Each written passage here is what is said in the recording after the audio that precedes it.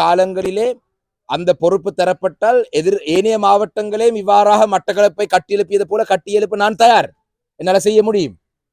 நாங்கள் அம்பாறையிலேயும் திருவண்ணாமலையிலேயும் கிழக்கு மாகாணத்திலே கடந்த 4 வருடமாக நான் அம்பாறை திருவண்ணாமலை 2 மாவட்டத்திலேயும் பல சவால்களுக்கு நாங்கள் முகம் கொடுத்தோம். அந்த மக்களோட மக்களாக நின்று மக்களுக்கு நம்பிக்கை தரும் வகையாக நாங்கள் செயல்பட்டாங்க. அதனால தான் கிழக்கு மாகாணத்தில் அதிகூடிய வாக்குகள் கிடைத்து தமிழரசு கட்சிக்கு இந்த முறை கிழக்கு மாகாணத்தில் 5 ஆசனங்கள் கிடைத்தது.